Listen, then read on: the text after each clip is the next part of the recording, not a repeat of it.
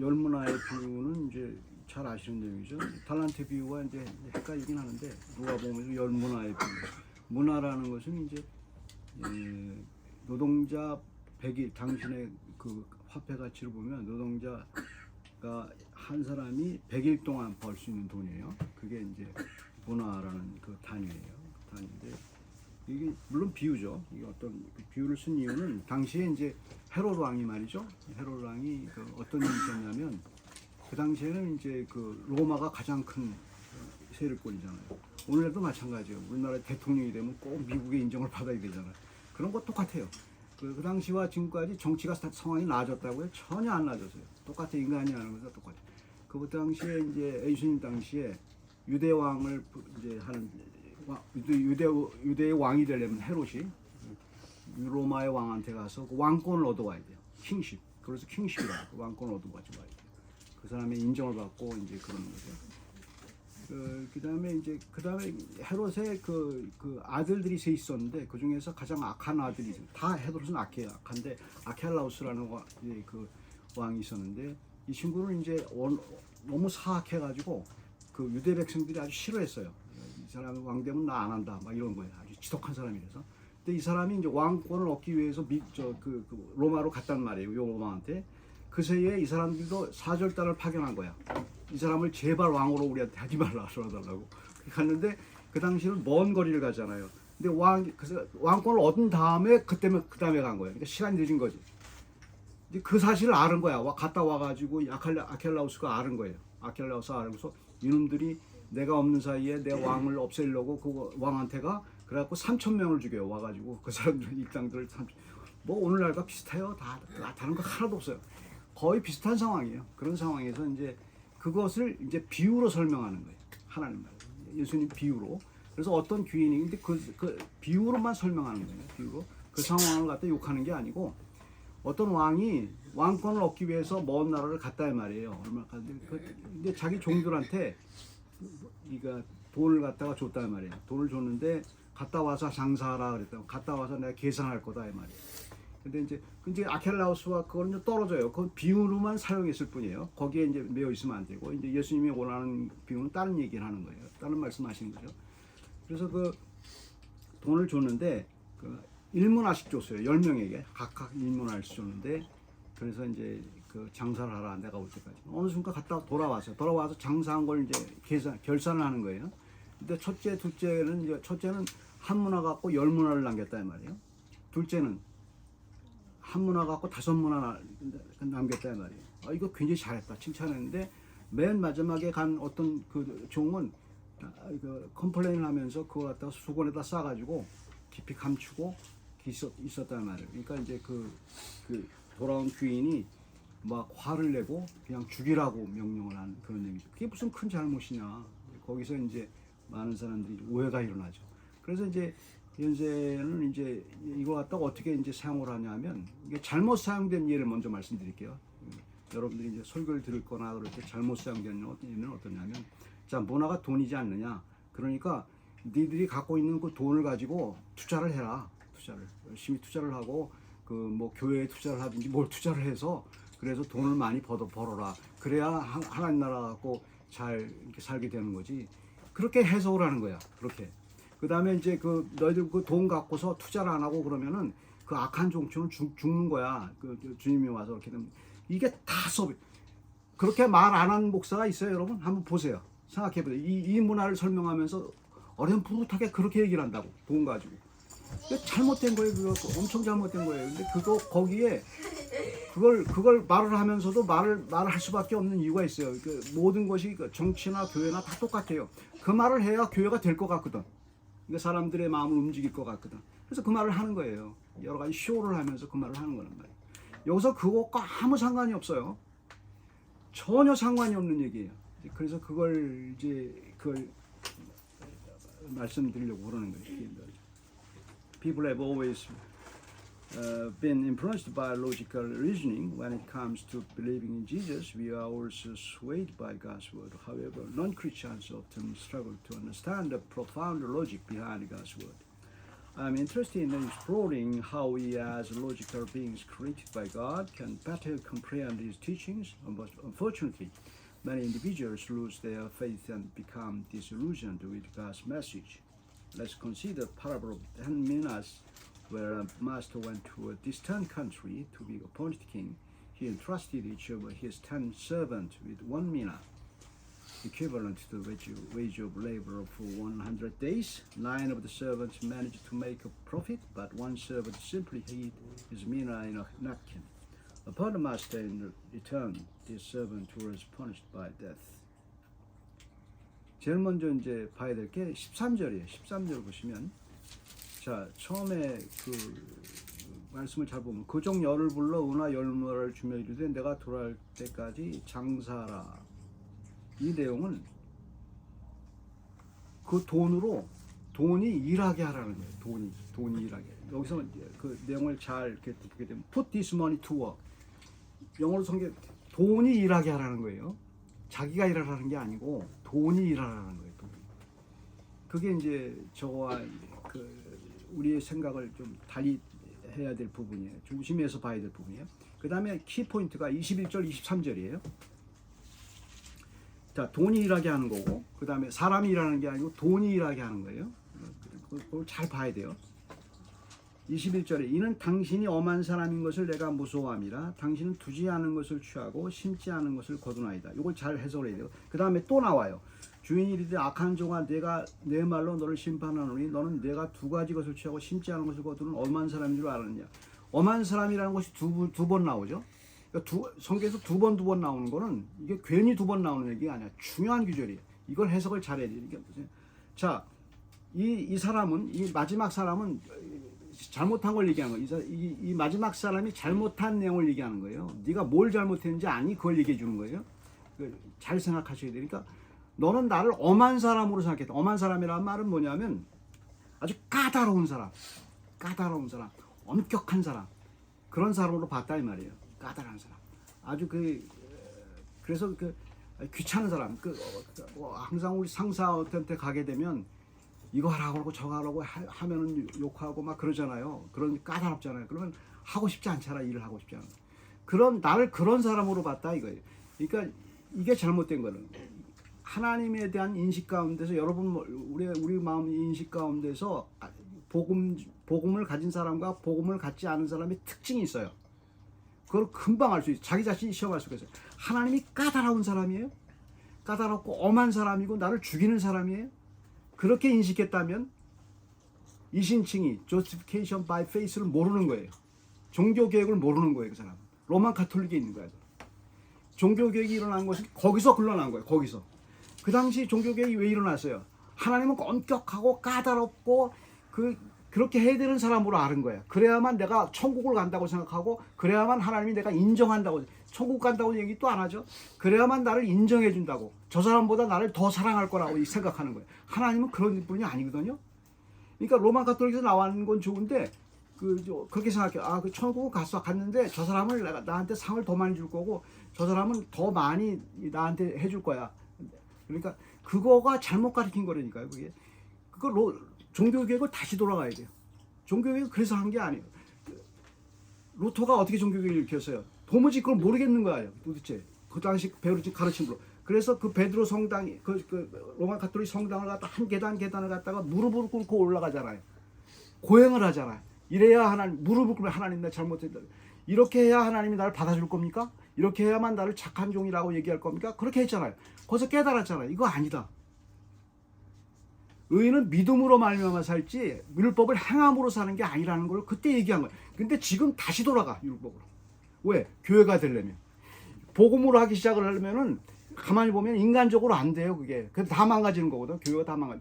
그러니까 인간적인 게 행정이 들어오는 거예요. 개신교에서도 이게 다 들어와요. 어떻게 해서든지 뭘 하려고 하는 거예요. 그래서 이제 사람들을 갖다가 어떻게 인풋을 많이 집어넣으면 아웃풋이 많이 나온다. 이런 식으로 이제 사람들을 이제 가르치는 거죠. 이 말이 그 말이에요. 이제 첫 번째 게 엄한 사람으로 봤다는 거. 이제 그게 제일 중요한 거예요. 두 번째는 어떻게 봤냐면 여기서 중요한 게, 네가 엄한 사람이 나를 무서워했고, 그 다음에 당신은 두지 않은 것을 취하고 심지 않은 것을, 이게 무슨 말이냐는 말이에요. 어떤 것을 줬는데 이걸 갖다 간단히 표현하면 그거예요. 아무것도 없는 데서 어떤 것을 찾는 사람 아니냐 이 말이에요. 어떤 것을 뺏어가는 사람 아니냐 이 말이에요. 그러니까 이런 얘기예요. 복음주의에서 잘못 이해하는 것 중에 하나가 뭐예요? 믿음을 잘못 이해하는 게 있어요. 믿음을 어떻게 잘못 이해하냐면은 자 이게 이해가 안 되는 거야. justification by faith를 얘기할 거예요. 복음은 의인은 믿음으로 말미암아 살리라. 그거 받았어요. 그 복음 받았어요. 그럼 믿음으로 살면 행위는 뭐야? 행위 아무것도 안 하는 거야? 이렇게 생각한단 말이에요, 사람. 그게 논리적이잖아. 그러니까 복음이 들어오든 복음이 들어오지 않든 사람들은 논리적으로 생각하게 돼 있어요. 근데 복음이 들어오면 복음적으로 논리적으로 생각하고 복음이 안 들어오면 복음이 없는 대로 논리적으로 생각한다. 그러니까 예수 그리스도를 받아들이지 않은 사람은 자기가 굉장히 논리적이에요. 그래서 아니 세상 그 사람들은 이해를 못해. 아니 믿음으로 살려면 그러면 일을 어떻게 해야 되는 거야? 일 안 해도 되네? 그러면서 막 나가는 거야.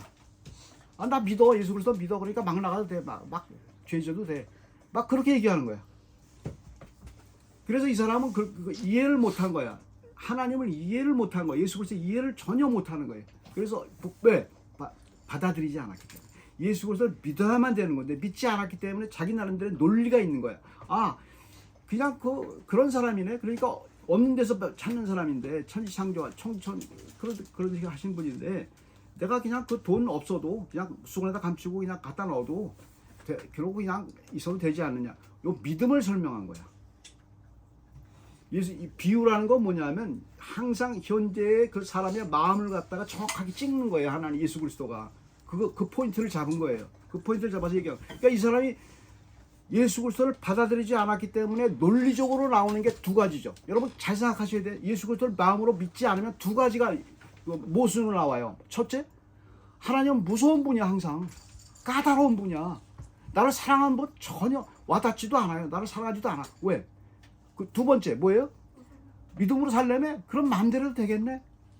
이 두 개 헷갈리는 거야. 두 개 헷갈려서 엄한 사람으로 생각하면은 하나님한테 뭘 막 해야 될 것 같고, 그 다음에 믿음이 있으면 행위를 안 해도 될 것 같고, 이 두 가지에서 왔다 갔다 하는 거야. 이게 믿는 사람도 헷갈려요. 믿는 사람도 처음에는 잘 믿다가 이게 헷갈리는 거야. 오히려 그 사람들한테 당해. 그런 사람들은 그게 맞나? 도대체 믿음으로 살라고 하는 게 맞는데 성경에는 그랬는데 그게 아닌가 봐. 이산이 아닌 게 배. 그러고서 그렇게 자꾸 자기 마음을 그러면 믿음이 흔들리는 거예요. 흔들리는 거예요. 그게 흔들리는 믿음을 얘기하는 거예요. 이게 중요한 포인트예요. 믿음이라는 것이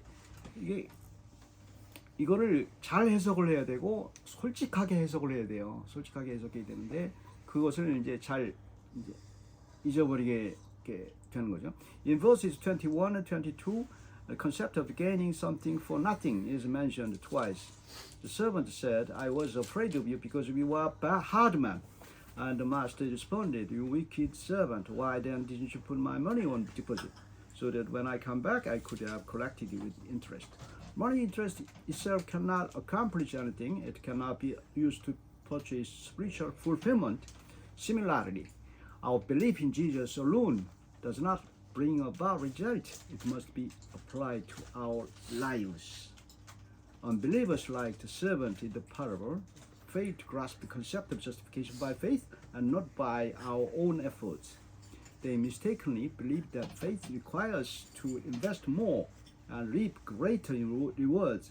This misunderstanding arises from their logical thinking, assuming that we must work harder for God instead of realizing that God works through our faith. 하나님의 일이라는 것은 우리가 믿음과 행위를 갖다가 구별을 할 게 헷갈리는 건 왜 그러냐면 믿음과 행위는 예수 그리스도를 믿지 않으면 해결이 안 돼요.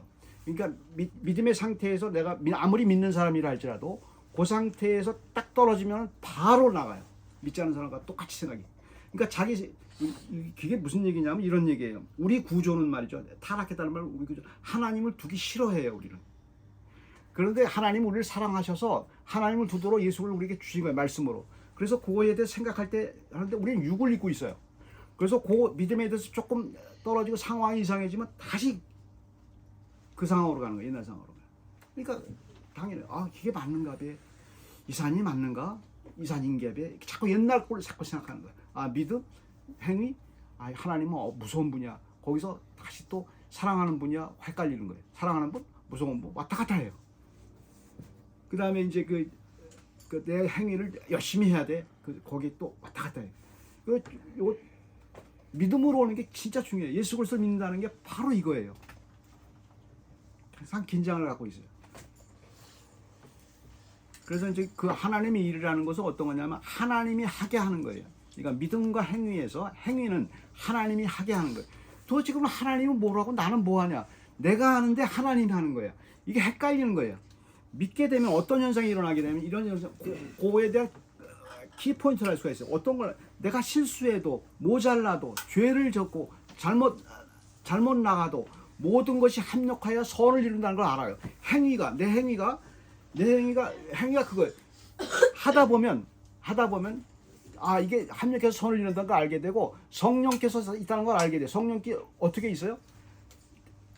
막아요, 나를 어떤 행위를 극단적으로 하는 걸 막는다고. 어떤 행위, 나쁜 것에 대해서 절제하게 만들고 성령님이 하시죠. 성령님이 하시는데 어떤 경우에는 그게 자기가 잘못하고 실수하고 이제 힘들어하죠. 하지만 그걸 뭐라고 그러시는 분이 아니에요. 그거 가지고 죄의식까지 필요 없고 실수한 것에 대해서 그냥 회개하면 되는. 베드로가 발만 씻으면 되는 거 아니에요. 씻으면 그걸 믿어야 돼요. 자기가 잘못한 것에 대해서 죄했으면 그냥 믿어야 돼요. 내가 하나님 왜? 이미 용서해 줬으니까. 근데 그게 계속 안 믿어지는 거야. 그래서 생기는 게 뭐예요? 트라우마예요. 그래서 생기는 게 뭐예요? 과거의 죄에 대한 후회. 그게 계속 후회를 해도 계속 올라와요. 인간의 심리는 계속 그때마다 믿음이 사용이 돼야 되는 거예요. 우리는 자동적으로 세상적으로 들어가게 돼 있어요. 믿음으로 산다는 것은 세상적인 사람인데 불구하고 하나님께서 믿음을 주셔서 성령을 주셔서 그렇게 생각하도록 만드는 거예요. 그러니까 그게 행동인 거예요. 그게 믿음으로 가는 그게 행동인 거예요. 우리는 하는 것이 행동이 실수하고 머저리 같고 바보 같아요. 확신되는 게 하나도 없어요. 하다 보면 그 행위를 하다 보면 하나님이 하게 한단 말이에요. 근데 그걸 잘못 해결하는 거야. 내가 이걸 해야 돼. 아, 물론 해야 되죠. 먹고 살기 위해서 행동을 하고 가만히 있으면 하나님이 밥을 줍니까? 떡을 줍니까? 안 줘요. 무슨 행위를 해도 해야 된단 말이에요. 하다 보면 실수하게 돼 있죠. 당연히. 확신이 없죠. 그러나 계속 나가라는 거예요. 그걸 얘기하는 거예요. 하나님이 나한테 벌 주는가 봐. 이런 생각하지 말라는 거예요. 회개하면 된 거예요. 회개하면 되겠네. 그걸 이제 사용하죠, 사람들은. 무서운 하나님 거예요. 막 사용하고. 어떨 땐 그 행위를 잘하고 막 사랑스러운 하나님 그렇게 설교하고. 그렇게 해야 그 두 개를 줬다 뺐다 해야 교인들이 말을 잘 듣거든. 제가 기존 교회 하긴 틀렸어요, 이미. 다 아마 쫓겨날 거예요. 나 같은 사람을 누가 교회에 초청을 해, 한국에서. 전혀. 이런 설교 하라고 이렇게 된 거죠. 성경 해석을 전혀 엉뚱하게 해요. 그래서 이제 그게 그러면 그렇게 해서 일이 되냐? 된다고 얘기하는 거예요. 되니까 해보라는 거예요. 인간적으로 생각하면 안 되거든요. 이렇게 하죠. 그러니까 눈에 보이는 것만 생각하죠, 사람들은. 커다랗게 뭐 오늘날의 프로스퍼러스 가스펠 기복신앙. 잘못된 거예요, 기복신앙. 알마니즘이. 기복신앙은 우리나라가 전체 기복신앙으로 들어갔어요. 전체 기복신앙. 일단 꽁 잡는 게 매야. 일단 커야 돼. 기복신앙이 뭔지 알죠? 인풋, 아웃풋. 여기서 뭘 하나님께 열심을 내서 뭘 집어넣으면 하나님 뭘 준다는 거예요. 물질이든 심적이고 뭐 준다는 거예요. 넣는데도 안 줄 수도 있어요. 하나님이 어떤 경우에는 전혀 안 줘요. 눈 하나 깜짝 안 해요. 하나님은 아무리 넣어도 안 줘요. 그래도 여전히 예수 그리스도를 믿고 있다고. 그게 기적인 거예요. 그걸 깨닫는 거예요. 고통받는 사람 가운데, 예수 믿는 사람이 고통받는 사람 가운데 욥이 그거 아니에요. 내가 고통을 받아도, 아주 하나님이 나를 버린 것 같아도 믿는 것을 포기할 수 없는 걸 아는 거예요, 자기가. 그게 고통의 유익이에요. 고통의 유익은 뭐냐면 내가 진짜 믿고 있거나 알아요. 내가 고통받으면 전혀 안 믿을 것 같은데 믿는다고. 내가 여전히 내 속에서 나온다고. 그래서 욥의 고백이 그게, 내가 죽어도 내가 문 밖에서 예수 그리스도를 본다고 얘기하잖아요. 그게 신앙이에요. 그게 신앙. 그래서 고통을 받아야 본인이 자기 신앙을 자기가 알아요. 고통받지 않게 되면 내가 줬다 뺐다 하는 걸로 머릿속에 갖게 돼요. 그래서 굉장히 중요해요. 그게. 인생은 어차피 고통이에요. 지금 얻는 고통, 미래의 고통, 누구나 있는 고통 다 있어요. 다 있고, 그 다음에 어떤 사람은 조그만 고통인데 크게 느끼고, 그 사람한테 큰 거예요. 그게. 어떤 사람은 큰 고통인데 그렇게 조그맣게 느끼고, 그 차이일 뿐이에요. 굉장히 주관적이에요. 느끼는 주관적인 거는.